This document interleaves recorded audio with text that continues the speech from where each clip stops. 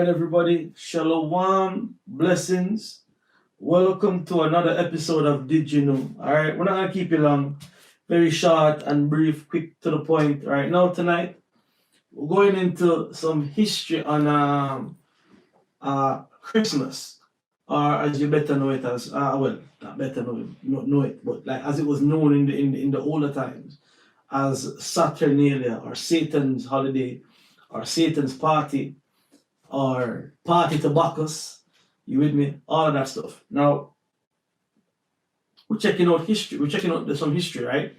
And we found out that in England, in about the year 1952, Christmas, or what it was called Christmas, that celebration was banned because of drunken revelry, murder, rioting. They banned it. Just around about the same time when they executed what's it called? When they executed King Prince Charles I, the son of King James, when they executed him. Shortly about that time, they had put a ban on it for about 4 years. You with me? So about 1656, they allowed it again to go on because people were begging for it. They wanted it. And it's not the Christmas that you see now where they're talking about, under the tree and the love of Jesus and all that. Back then, they knew it was pagan. When you go back further in history, you have a pope by the name of Gregory I. Now, Gregory I, they call him Gregory the Great, had instructed Augustine of Canterbury to integrate paganism with what the growing Catholic congregation was doing. So in Europe, they were well aware that it was paganism. Now, when you jump over into the New World, like in America now, like in 1659, America also did a ban on Christmas celebration, or Saturnalia. You with me? And they kept it for a good 200 years. So coming up into the 1800s now, you found there was even riots going on that people wanted it. They wanted that Christmas celebration, and they started to riot. So the government, I think in New York, they had to get they made a police force in New York. You can actually get some of these dates from online. There's an article here from the University of what's the name of this university here? The University of Austin, and history.com, that goes into that riot and tells you about what was going on in New York about the 1800s when they were rioting. All right. I think New York had to make a police force just to combat some of the riots going on in 1828, around about there. So this time of the year has always been about drunken revelry and never really nothing to do with Christ. And the pagans knew it. The church knew it also back then. And the church the church tried to keep it out because it was bad, very bad. Now check this out. The American Sunday School Society, right, started to teach, and you can reference, or you can look up all this information. Started to teach the children, right? Started to teach the children about Christmas and about the nativity, and then started to incorporate Christ with it, and say, oh yeah, it's about giving gifts and sweets. And it was very impactful because it grew the churches. The churches got bigger as a result of that, them teaching that. The Sunday School Society targeting the children, and other practices of paganism started to adopt that sweet culture of giving children sweets to lure them. You can think about it, right? Yeah, you guessed it. Halloween. So that's when that came in, that tradition of giving gifts at Halloween. Giving sweets to children at the Halloween time. It was all a ploy to get the children. So once the children had it, then it was then easier for the society to then acclimatize to it. Now bring it up to modern day. Bring it up to today's happenings and today's going on, right? It's a tried, tested, and proven method. If you can get the children in on it, then when that generation passed, then it will become a normality. At one point in time, Christmas was illegal. It was illegal. You got fines for it. All right, let me read this article here from the University of Austin. It says histories and the invention of tradition, all right? And this is digital histories using new technologies to enhance teaching and research. It says if you were catapulted back to colonial America 350 years ago, you would be struck by the absence of holidays. There was no Christmas, there was no Easter, there was no Halloween, no Valentine's Day, and of course, no Memorial Day, Independence Day, Labor Day, or Mother's Day. Take, for example, Christmas. In New England, the celebration of Christmas was illegal. In Massachusetts, there was a 5-shilling fine for celebrating the holiday. In the southern colonies of Virginia and Maryland, it simply wasn't celebrated. And this is going back 300 years ago. This is not that long. This isn't a tradition that's been here for a long time when you look at it in the scope of things. It says, let's jump ahead to the 1800s. Christmas was no longer illegal, and Christmas was no longer illegal in America in 1870. All right? But Christmas was definitely different then than it is today. Christmas was not centered around the family or children or giving presents.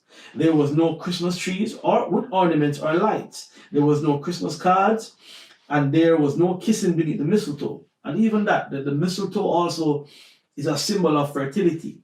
And that's why and apparently I think when you look in old pagan history, when a woman takes mistletoe, it makes her more loose for sexual exploit. That's why whenever a woman is caught under the mistletoe for the tradition, she would have to kiss you. You with me? It all goes back to ancient pagan Druid religion and culture. Check this. It says, nor were Christmas carols. Many, amazingly, of all know Santa Claus or Kris Kringle and St. Nicholas. That was what was there in the 1800s was a rowdy, drunken street carnival, a raucous combination of Halloween, New Year's Eve, and Mardi Gras. The poor would demand entrance into the homes of the rich and aggressively beg for drink, food, and money. Sometimes things would have escalated and there would be break-ins, vandalism, sexual assaults, and plenty of drinking. In 1822, a particularly violent Christmas riot in New York led the city to institute its first professional police force. So because of the riots, they brought in a police force. Christmas, where was I? Christmas celebrations in the 1800 owed more to midwinter worship of Saturn, which is another name for Satan, and Bacchus. We know about Bacchus, which is another drunken revelry within Carnival or Bacchanal, as we say in the Caribbean. Where am I? Than to Christ. By the 2nd century, the Romans were regularly feasting, drinking, and cavorting like satires from December the 17th to the first day of Saturnalia to January the 1st. So it was a long celebration, like a 12-day celebration. You know what I'm saying? The 12 days of Christmas. Yep, that's where it comes from. They also decorated their houses with evergreen boughs. So the evergreen tree, that was another symbol for fertility or fertility worship. You with me?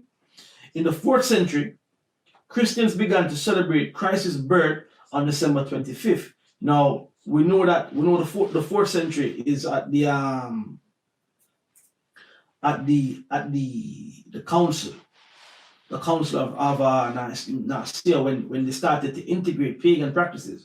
But when you go a little further down, like up to the 6th century, further down, the Pope, they were instituting it straight across the board.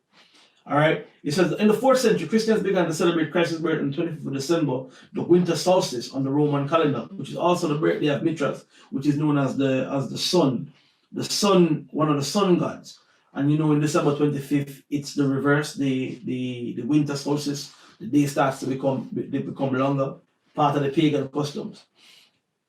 On the Roman calendar, this was a partly way to meet the challenge of pagan cults. The church tacitly agreed to let the holiday be celebrated more or less as it always was. So it was a compromise with the church and the pagans. They wanted to appease them. They wanted to bring them in. The Christmas celebration that arose in medieval Europe was an occasion for excess and extravagance, public lewdness, and violation of social order. In medieval and early modern Europe, celebrants often erected a large misrule to preside over these annual revels.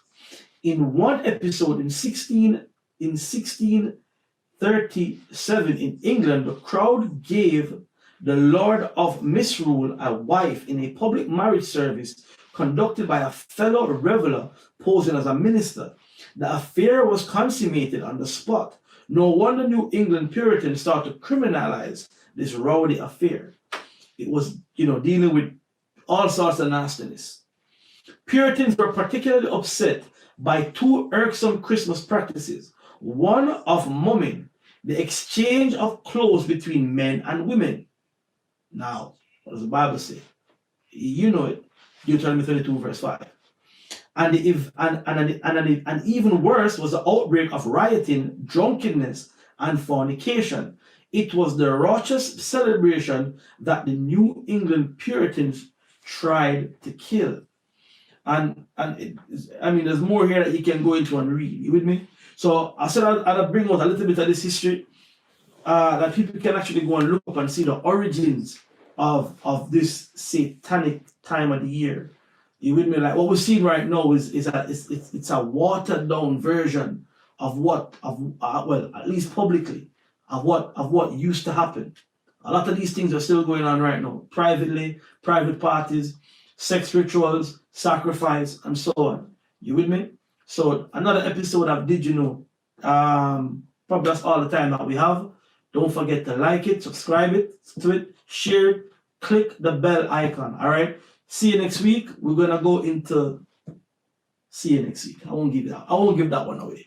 All right. Bless you. Stay prayed up, and until we see you again, most I will. Shalom.